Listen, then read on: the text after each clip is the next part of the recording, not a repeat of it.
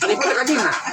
อีกน้ำตาลอีกทำไมทำได้เลยน้ำฝนยังไม่เจอน้ำก็ไม่ยังหรอกไม่บอกให้รับนะนี่น่ะสิเฮ็ดได้เบิดเนาะแก้วไปเนี่ยออม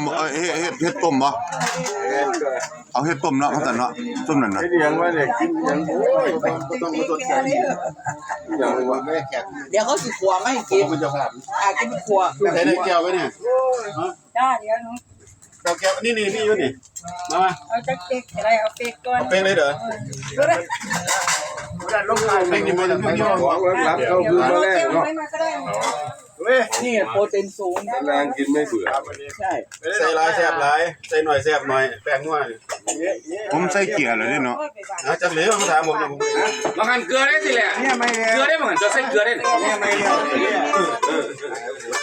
ยกไปใส่แหมพูดถึงน้ำไทยก็ดูมีแม่จะไปย่างตรงบันไดได้หรอครับมือก้อยมือลาบมันระหว่างผู้บ่าวก็หัวหน้าห้างผู้สาวก็หัวหน้าห้างเอาตู้ผูกแก้วเราไปเกิดแล้วมาคนเรากันผู้บ่าวผู้บ่าวผู้สาวเอาเดี๋ยวบอกหน้าเนี่ยผู้หนึ่ง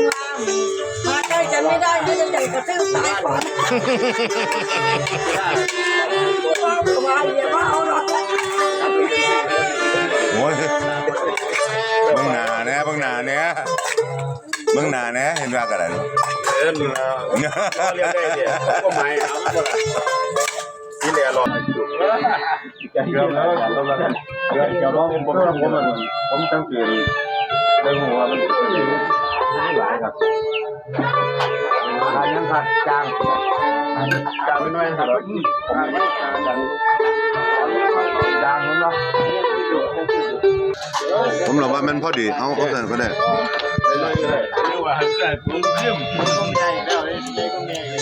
ว่าปีนี้ไม่ยังน้อยแล้วมาคล้องขาเจ้าว่ามาถักผู้ป่วยจะเอาปลาอยู่คล้องจะเสียไม่ยังน้อยมาถักคือบนลูกนี่น้อยว่าไม่ได้ลงดันมากินมาตายที่หาเดียมาคล้องเอาไว้ปีว่าที่ต่อหน้าเขาหลับเนี่ยบ่หลับเนี่ยดีกว่าไปหาห้องบักหอยเล่นกินกุ๊กกันไม่พูดนะ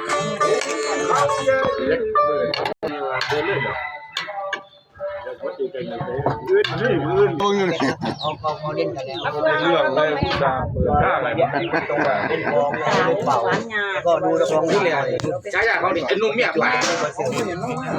มาจะบอกให้น้องว่าที่อยู่นะเอาอีหลีเนาะมันก็แม่นความเล่าเด้ล่ะไอ้นุ่มเมียหวานผมบ่ซี่ต่อพี่ต้อมมันแม่นความของเราเด้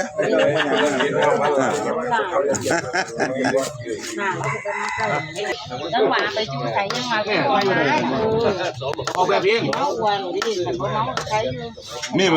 มือบ้านนี่มีมีพวกไปไหนหรอเอาเหรียญให้เยอะจอมยุทธดินกีตาร์เหรียญได้คนท่าด้วยดองกันได้ดองเลยใช่พ่อนี่ผมนอนบ่หลับดอกไอ้ตัวจะก้นอ่ะนี่มันเบิดมือมันต้องยกมันว่ามีกระเนิดเนาะเต้นเลยเนาะเสาเนี่ยมันจะได้ก็3 นาทีกว่านี่กันลาบแล้วจะไปพากเสียงใส่ต้องใหญ่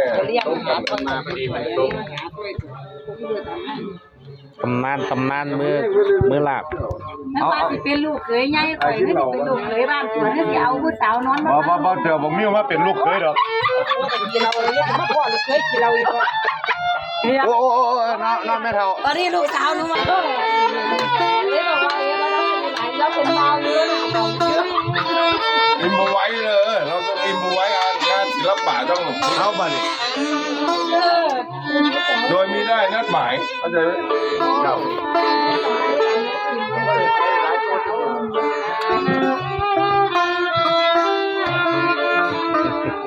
รงนี้หน่อยจะมีหน่อยคนที่เป็นผมว่ามันยังจ่ายเท่าอยู่